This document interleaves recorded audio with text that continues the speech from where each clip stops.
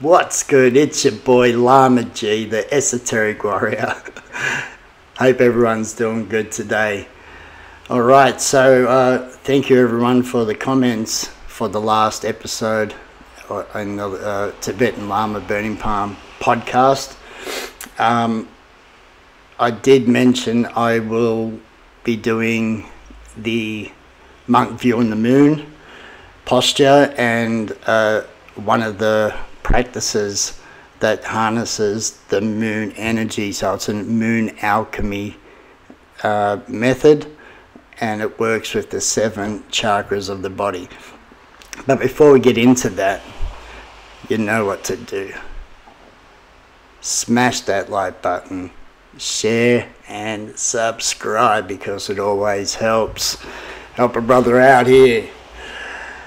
So this book is going to be mind-blowing. Like I said, the amount of information on the healing and the courses that I'm going to be doing is going to be next level on the energy healing.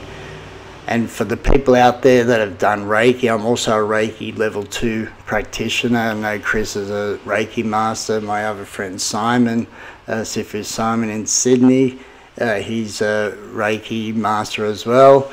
So we've been doing a lot of energy work over the last 30 years, especially Simon and I. The good thing about all this Tibetan Lama fire palm methods is it has similarities to Reiki and other energy practices, and that's what makes this super interesting. Especially the methods, they're so good, doable, and because everything with energy has to be directed with intention. So when you read the methods, you start to go, oh yeah, that actually can work, especially if you understand energy work and you know that you can manifest anything. Everything starts with a thought, right? So intention and chi, they all go together. Same with the blood. So let's get into tonight's podcast on the 7 breaths and the 7 chakras using the Tibetan Lama burning palm, or the fire palm moon alchemy.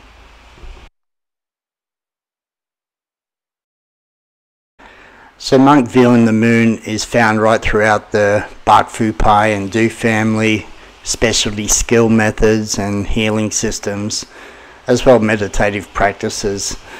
So it's a very important posture obviously to that family, and they've obviously had some success with it. So this method in the book is found in the Sun and Moon chapter, and this is just one of the exercises. And as you transverse up through each single chakra, your hands are going to be in front of that chakra, and you won't move past that chakra until your hands feel balanced evenly. If you've done Reiki and other energetic healing practices, you'll know exactly what I'm talking about. The hands have a certain feeling, a humming, vibration, heat, sensation, tingling, whatnot, but they have to be even before you move up your chakra. So keep that in mind when you're doing it, because not that it's going to give you ill effects, but it's part of the listening skill and learning to be a healer. So you have to learn how to heal yourself first, and that's either through balancing the chakra systems and whatnot. So the monk view on the moon, when you start, you want to be connected to the moon. So you're going to have to be open-minded and heart, and already know that you have a connection and want to have a connection with the moon. So that is also important if you want to be cultivating its qualities and energies, right? So I'll just go through a little bit on the book and explain some things as you're going through, because there's the sun part as well. So you got sun, moon meditation, nature meditation, elements meditation, solar plex meditation, and a lunar chakra meditation, earth energy meditation, celestial alignment meditation, sending healing energy meditation. So there's 9 meditations, just like the 9 standing, but these are done using the monk view on the moon and the sun posture, which we'll get into another one later.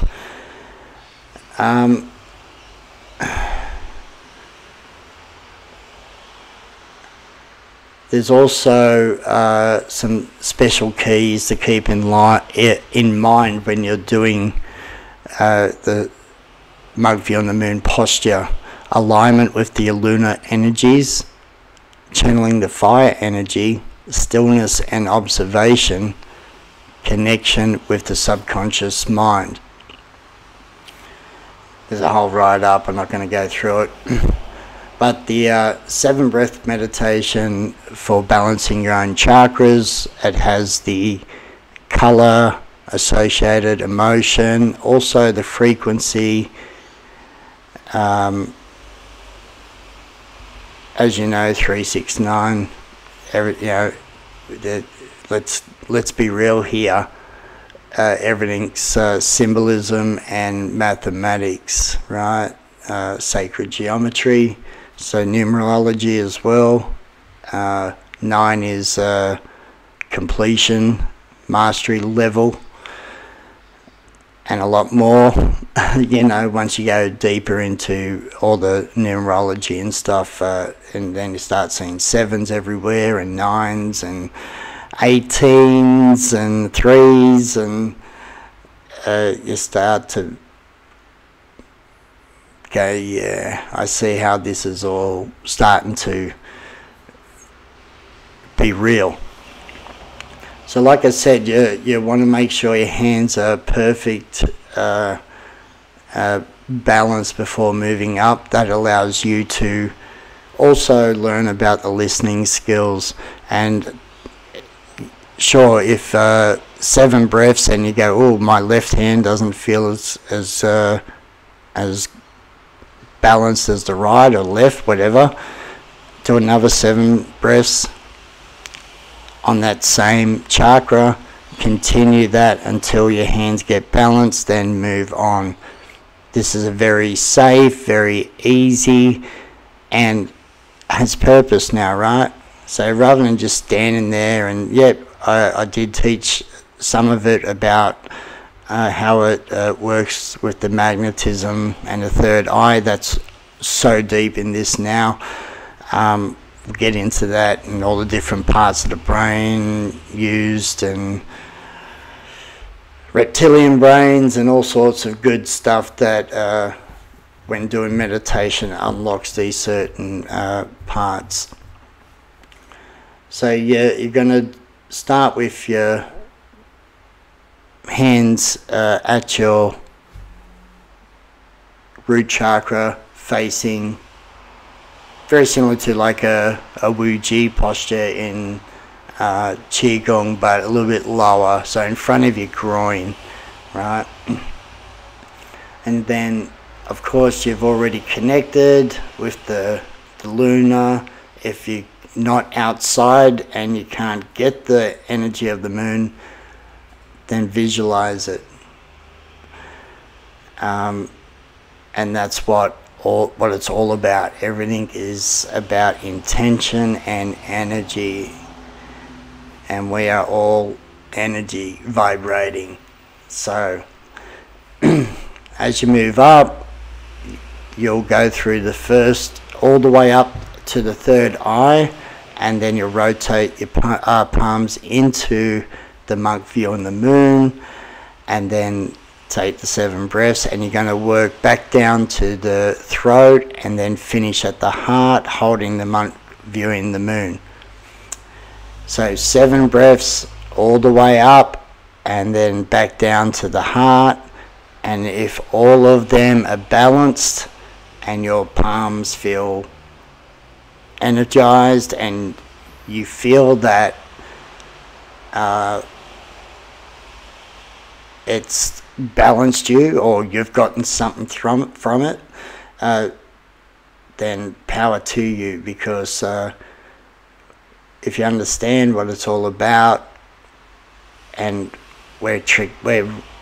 this book's going to make you connect back to yourself and nature, that's for sure, and the deeper meaning of what we're doing here through this book, the teachings. All the outside noise doesn't mean anything anymore. You know, there's so much here you can do and perfect and love. And like I said, this is similar with Reiki. I'm a Reiki level 2. I have been for over 20 something years. 24 years this year now.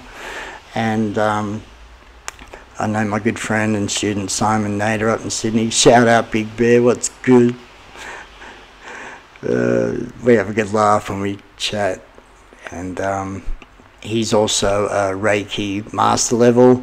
Chris, my business partner down in Melbourne, what's up, buddy? Peace. He's done a massive, amazing job on the book. Putting all my stuff into order is not an easy job. You know, it's worse than my bloody AI art. So anyway, the experience between us all, when Chris got this book, he was just blown away, and also there's symbols in here. There's a hand activation and attunement initiation symbol that you draw on the hand. It's a special yin yang, and it has other things that you write on the palm with the one finger, and you burn it into your palm. And there's other little things that you got to do to activate it. I'm not going to tell you, it's in the book, but it is super fun. And this is a great way to, if you're having a really crappy day and it's been a long day, do the monk viewing for the moon and see if you get the results. Do it with a loving heart. Do it that you want to heal yourself, right? This is about longevity. This is about keeping our vibration. It's only good vibrations on this channel, yo. Only good vibrations, high vibration. And that's what we're trying to do here by working with the different luminaries. Also, it has the planets, or the luminaries. I don't like the planet idea of the little balls up there. It's all sparkling little stars, big stars.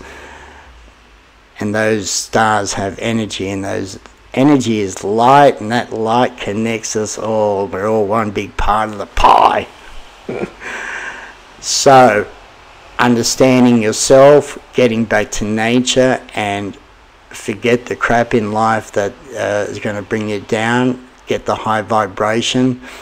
Tibetan Lama fire palm, red and gold crown is going to blow your mind, and you're going to be at the next level of your own energy and understanding. This is by far going to be the most important book out there. I'm not just saying that. When you get it, you're going to go how important it is, because right now the world is changing.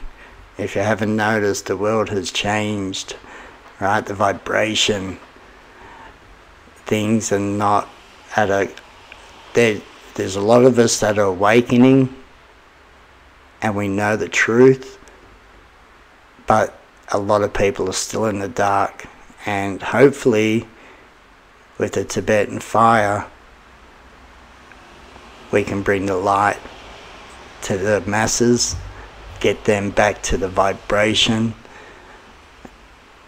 and learn how to be a healer, help people, and that's what we're here for.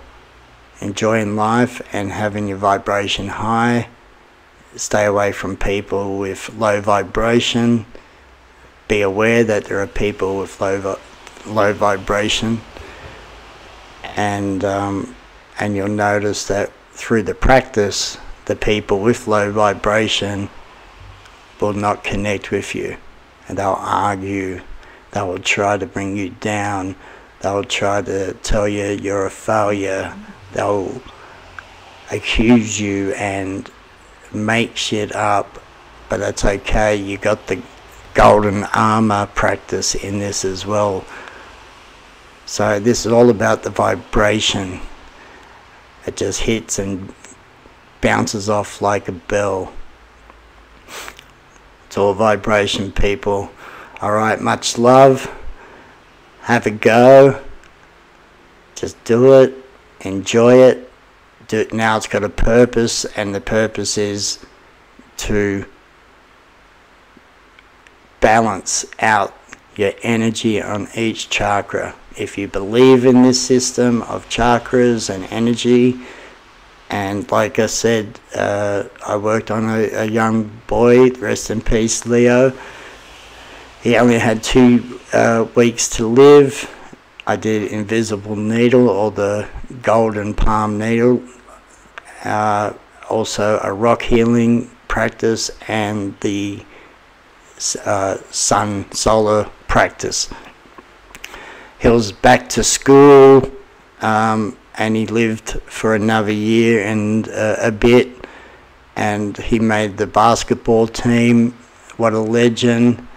But cancer, and sometimes it's your fate. Is it your karma? Is it inbuilt? It's not fair that good people must die young, or anyone should die young and have an experience, but possibly that was their karmic justice being done. Who knows? But I was honoured to have met this young boy and work with him, you know. It's hard, you know, but still you learn from it all. I remember the first session I did, when I left I got a phone call and he was rushed to hospital, and they were freaking out because he had a massive temperature. And I said, yeah, and the problem means his immune system now kicked in, right? So I've boosted him with the fire palm skill, with heat, and it got him in hospital, and then I kept working on him with Sifu John Lee as well, doing aura work and all sorts of unbelievable stuff. And this young boy got fit and strong enough and back to school, making the basketball team and playing basketball. But I also found out that the young boy's parents, diet-wise, didn't probably help that kid. So it's so important to understand about energy, food, vibration. Otherwise, any of this for healing is going to be harder to use with a patient as well as yourself if you're not running on a higher vibration. The ones that do, when you're healing them, things happen, such as young Leo ended up with a fever, but his immune system kicked in, and that was the beginning of the healing process. The rock healing is using that magic, I call it a magic symbol, or the symbol on the palm is also embedded into the rock, and he uses the sunlight and does a certain breathing practice to bring all that in and then breathes that sickness into the rock. Is it all make-believe? But everything is intention, right? I've seen many people pass away working at the hospital, and I've seen people when they've been told they got cancer, they're fine as a fiddle, and then within a couple of weeks, once they find out, they're gone. Before they never even knew anything, they were healthy. And next minute they get told something so devastating, their bodies reacted. So it's all about emotions, intention, with your breath. I call this, it's all magic. This is what magic's about.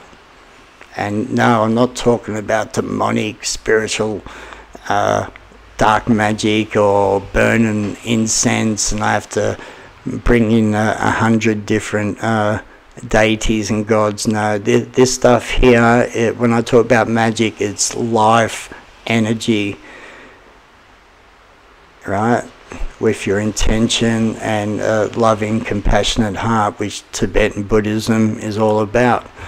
All right, so I just went on and on and on, didn't I? Anyway, I hope you enjoyed. I hope you understand how important things are when you're practicing. Otherwise, just holding a posture and standing there breathing, you're not going to get the fruits out of it.